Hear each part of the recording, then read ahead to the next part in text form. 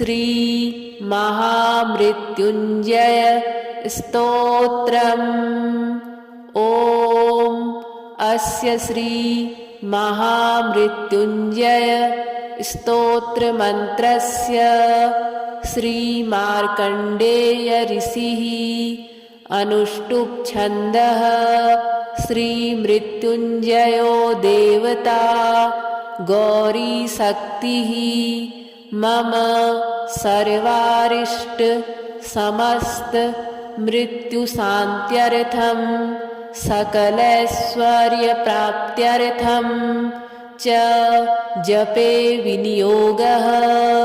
चन्द्रार्काग्निविलोचनं स्मितमुखं पद्मद्वयान्तः स्थितं मुद्रापाशमृगाक्षसूत्रविलसत् पाणिहिमान् सुप्रभां कोटीन्दुप्रगलत्सुधाप्लुत तनुं हारादिभूषोज्ज्वलं कान्तं विश्वविमोहनं पशुपतिं मृत्युञ्जयं भावयेत्। ॐ रुद्रं पशुपतिं स्थाणुं नीलकण्ठम् उमापतिं नमामि शिरसा देवं किं नो मृत्युः करिष्यति। नीलकण्ठं कालमूर्तिं कालज्ञं कालनाशनं नमामि शिरसा देवं किं नो मृत्युः करिष्यति। नीलकण्ठं विरूपाक्षं निर्मलं निलयप्रभं नमामि शिरसा देवं किं नो मृत्युः करिष्यति। वामदेवं महादेवं लोकनाथं जगद्गुरुं नमामि शिरसा देवं किं नो मृत्युः करिष्यति। देवदेवं जगन्नाथं देवेशं वृषभध्वजं नमामि शिरसा देवं किं नो मृत्युः करिष्यति। गंगाधरं महादेवं सर्वाभरणभूषितं नमामि शिरसा देवं किं नो मृत्युः करिष्यति। अनाथः परमानन्दं कैवल्यपदगामिनं नमामि शिरसा देवं किं नो मृत्युः करिष्यति। स्वर्गापवर्गदातारं सृष्टिस्थितिविनाशकं नमामि शिरसा देवं किं नो मृत्युः करिष्यति। उत्पत्तिस्थितिसंहार कर्तारमीश्वरं गुरुं नमामि शिरसा देवं किं नो मृत्युः करिष्यति। ॐ रुद्रं पशुपतिं स्थाणुं नीलकण्ठम् उमापतिं नमामि शिरसा देवं किं नो मृत्युः करिष्यति। नीलकण्ठं कालमूर्तिं कालज्ञं कालनाशनं नमामि शिरसा देवं किं नो मृत्युः करिष्यति। नीलकण्ठं विरूपाक्षं निर्मलं निलयप्रभं नमामि शिरसा देवं किं नो मृत्युः करिष्यति। वामदेवं महादेवं लोकनाथं जगद्गुरुं नमामि शिरसा देवं किं नो मृत्युः करिष्यति। देवदेवं जगन्नाथं देवेशं वृषभध्वजं नमामि शिरसा देवं। किं नो मृत्युः करिष्यति। गंगाधरं महादेवं सर्वाभरणभूषितं नमामि शिरसा देवं। किं नो मृत्युः करिष्यति।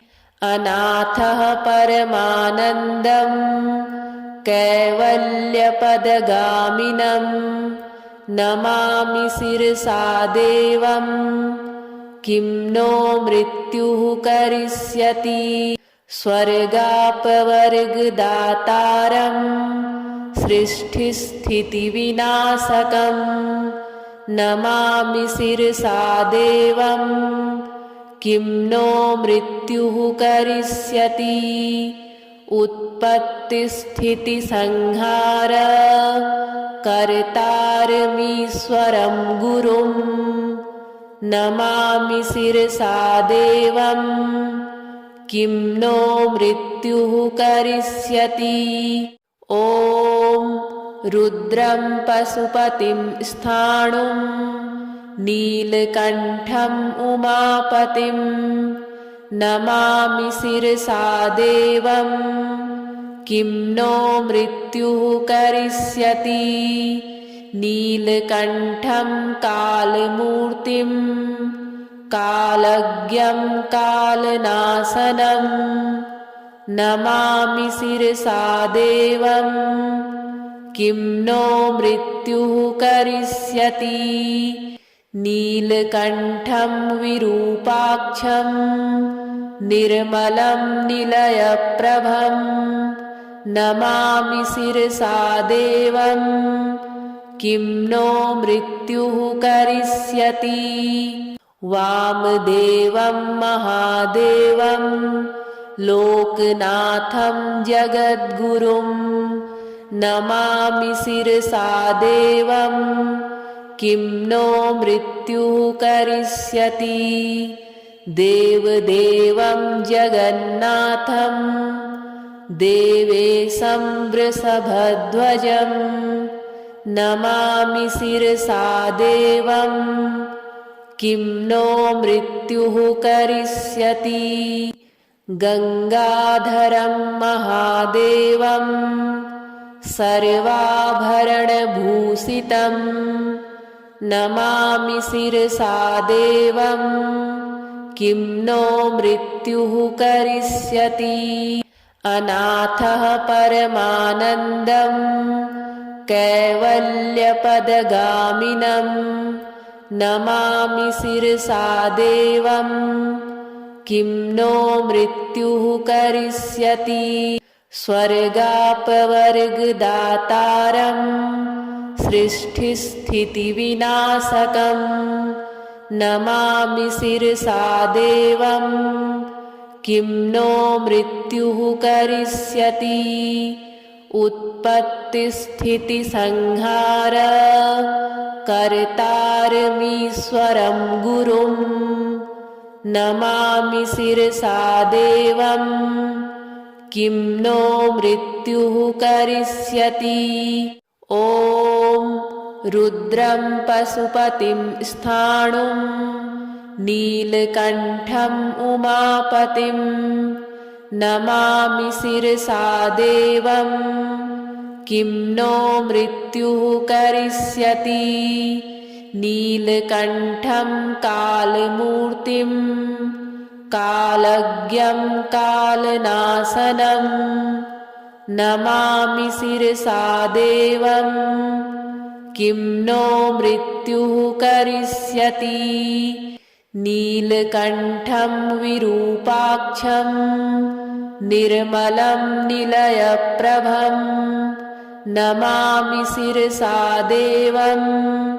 किं नो मृत्युः करिष्यति। वामदेवं महादेवं लोकनाथं जगद्गुरुं नमामि शिरसा देवं किं नो मृत्युः करिष्यति देवदेवं जगन्नाथं देवेशं वृषभध्वजं नमामि शिरसा देवं किं नो मृत्युः करिष्यति गंगाधरं महादेवं सर्वाभरणभूषितं नमामि शिरसा देवं किं नो मृत्युः करिष्यति अनाथः परमानन्दं कैवल्यपदगामिनं नमामि शिरसा देवं किं नो मृत्युः करिष्यति स्वर्गापवर्गदातारं सृष्टिस्थितिविनाशकं नमामि शिरसा देवं किं नो मृत्युः करिष्यति उत्पत्तिस्थितिसंहार कर्तारमीश्वरं गुरुं नमामि शिरसा देवं किं नो मृत्युः करिष्यति ॐ रुद्रं पशुपतिं स्थाणुं नीलकण्ठम् उमापतिं नमामि शिरसा देवं किं नो मृत्युः करिष्यति नीलकण्ठं कालमूर्तिं कालज्ञं कालनाशनं नमामि शिरसा देवं किं नो मृत्युः करिष्यति नीलकण्ठं विरूपाक्षं निर्मलं निलयप्रभं नमामि शिरसा देवं किं नो मृत्युः करिष्यति वामदेवं महादेवं लोकनाथं जगद्गुरुं नमामि शिरसा देवं किं नो मृत्युः करिष्यति देवदेवं जगन्नाथं देवेशं वृषभध्वजं नमामि शिरसा देवं किं नो मृत्युः करिष्यति गंगाधरं महादेवं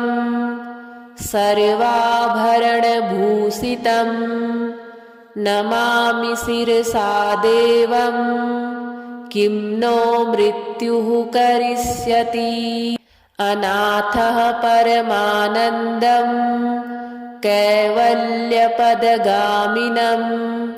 नमामि शिरसा देवं किं नो मृत्युः करिष्यति स्वर्गापवर्गदातारं सृष्टिस्थितिविनाशकं नमामि शिरसा देवं किं नो मृत्युः करिष्यति उत्पत्तिस्थितिसंहार कर्तारमीश्वरं गुरुं नमामि शिरसा देवं किं नो मृत्युः करिष्यति ॐ रुद्रं पशुपतिं स्थाणुं नीलकण्ठम् उमापतिं नमामि शिरसा देवं किं नो मृत्युः करिष्यति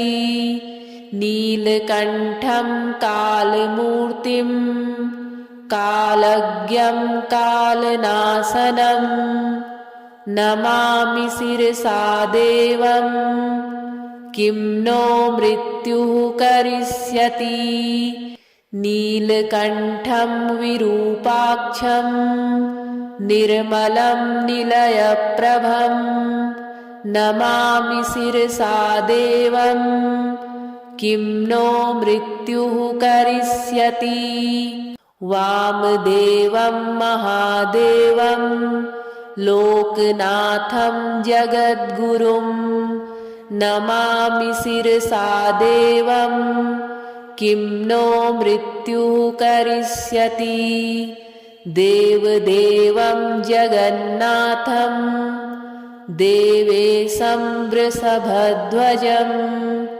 नमामि शिरसा देवं किं नो मृत्युः करिष्यति गंगाधरं महादेवं सर्वाभरणभूषितं नमामि शिरसा देवं किं नो मृत्युः करिष्यति अनाथः परमानन्दं कैवल्यपदगामिनं नमामि शिरसा देवं किं नो मृत्युः करिष्यति स्वर्गापवर्गदातारं सृष्टिस्थितिविनाशकं नमामि शिरसा देवं किं नो मृत्युः करिष्यति उत्पत्तिस्थितिसंहार कर्तारमीश्वरं गुरुं नमामि शिरसा देवं किं नो मृत्युः करिष्यति ॐ रुद्रं पशुपतिं स्थाणुं नीलकण्ठम् उमापतिं नमामि शिरसा देवं किं नो मृत्युः करिष्यति नीलकण्ठं कालमूर्तिं कालज्ञं कालनाशनं नमामि शिरसा देवं किं नो मृत्युः करिष्यति नीलकण्ठं विरूपाक्षं निर्मलं निलयप्रभं नमामि शिरसा देवं किं नो मृत्युः करिष्यति वामदेवं महादेवं लोकनाथं जगद्गुरुं नमामि शिरसा देवं किं नो मृत्युः करिष्यति देवदेवं जगन्नाथं देवेशं वृषभध्वजं नमामि शिरसा देवं किं नो मृत्युः करिष्यति गंगाधरं महादेवं सर्वाभरणभूषितं नमामि शिरसा देवं किं नो मृत्युः करिष्यति अनाथः परमानन्दं कैवल्यपदगामिनं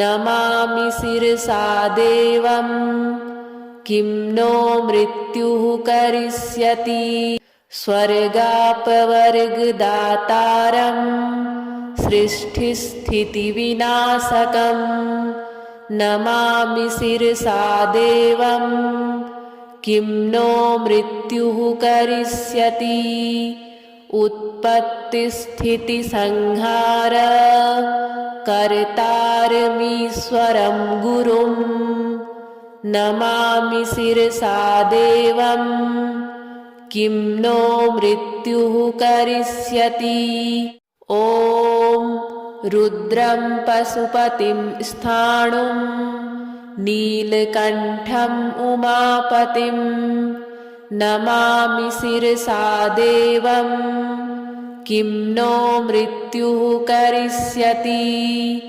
नीलकण्ठं कालमूर्तिं कालज्ञं कालनाशनं नमामि शिरसा देवं किं नो मृत्युः करिष्यति नीलकण्ठं विरूपाक्षं निर्मलं निलयप्रभं नमामि शिरसा देवं किं नो मृत्युः करिष्यति वामदेवं महादेवं लोकनाथं जगद्गुरुं नमामि शिरसा देवं किं नो मृत्युः करिष्यति देवदेवं जगन्नाथं देवेशं वृषभध्वजं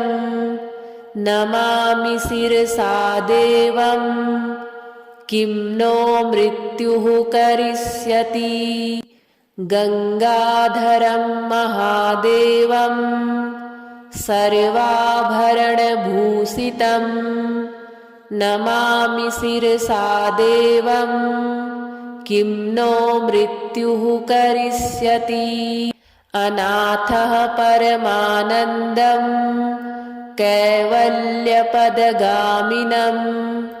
नमामि शिरसा देवं किं नो मृत्युः करिष्यति स्वर्गापवर्गदातारं सृष्टिस्थितिविनाशकं नमामि शिरसा देवं किं नो मृत्युः करिष्यति उत्पत्तिस्थितिसंहार कर्तारमीश्वरं गुरुं नमामि शिरसा देवं किं नो मृत्युः करिष्यति ॐ रुद्रं पशुपतिं स्थाणुं नीलकण्ठम् उमापतिं नमामि शिरसा देवं किं नो मृत्युः करिष्यति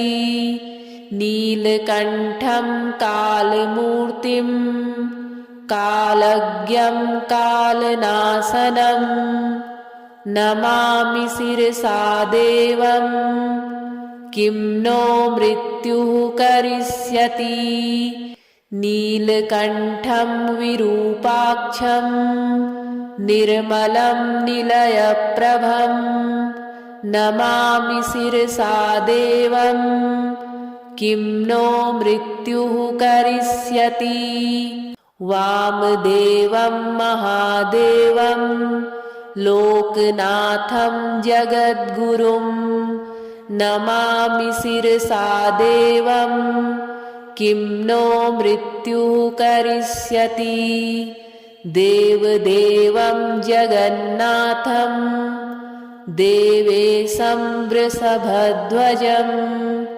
नमामि शिरसा देवं किं नो मृत्युः करिष्यति गंगाधरं महादेवं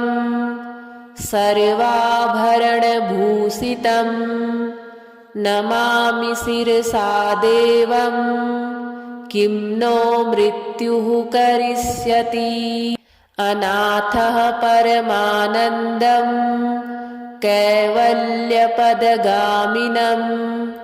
नमामि शिरसा देवं किं नो मृत्युः करिष्यति स्वर्गापवर्गदातारं सृष्टिस्थितिविनाशकं नमामि शिरसा देवं किं नो मृत्युः करिष्यति उत्पत्तिस्थितिसंहार कर्तारमीश्वरं गुरुं नमामि शिरसा देवं किं नो मृत्युः करिष्यति ॐ रुद्रं पशुपतिं स्थाणुं नीलकण्ठम् उमापतिं नमामि शिरसा देवं किं नो मृत्युः करिष्यति नीलकण्ठं कालमूर्तिं कालज्ञं कालनाशनं नमामि शिरसा देवं किं नो मृत्युः करिष्यति नीलकण्ठं विरूपाक्षं निर्मलं निलयप्रभं नमामि शिरसा देवं किं नो मृत्युः करिष्यति। वामदेवं महादेवं लोकनाथं जगद्गुरुं नमामि शिरसा देवं किं नो मृत्युः करिष्यति। देवदेवं जगन्नाथं देवेशं वृषभध्वजं नमामि शिरसा देवं किं नो मृत्युः करिष्यति। गंगाधरं महादेवं सर्वाभरणभूषितं नमामि शिरसा देवं किं नो मृत्युः करिष्यति। अनाथः परमानन्दं कैवल्यपदगामिनं नमामि शिरसा देवं किं नो मृत्युः करिष्यति। स्वर्गापवर्गदातारं सृष्टिस्थितिविनाशकं नमामि शिरसा देवं किं नो मृत्युः करिष्यति। उत्पत्तिस्थितिसंहार कर्तारमीश्वरं गुरुं नमामि शिरसा देवं किं नो मृत्युः करिष्यति। ॐ रुद्रं पशुपतिं स्थाणुं नीलकण्ठम् उमापतिं नमामि शिरसा देवं किं नो मृत्युः करिष्यति। नीलकण्ठं कालमूर्तिं कालज्ञं कालनाशनं नमामि शिरसा देवं किं नो मृत्युः करिष्यति। नीलकण्ठं विरूपाक्षं निर्मलं निलयप्रभं नमामि शिरसा देवं किं नो मृत्युः करिष्यति। वामदेवं महादेवं लोकनाथं जगद्गुरुं नमामि शिरसा देवं किं नो मृत्युः करिष्यति। देवदेवं जगन्नाथं देवेशं वृषभध्वजं नमामि शिरसा देवं किं नो मृत्युः करिष्यति। गंगाधरं महादेवं सर्वाभरणभूषितं नमामि शिरसा देवं किं नो मृत्युः करिष्यति। अनाथः परमानन्दं कैवल्यपदगामिनं नमामि शिरसा देवं किं नो मृत्युः करिष्यति। स्वर्गापवर्गदातारं सृष्टिस्थितिविनाशकं नमामि शिरसा देवं किं नो मृत्युः करिष्यति। उत्पत्तिस्थितिसंहार कर्तारमीश्वरं गुरुं नमामि शिरसा देवं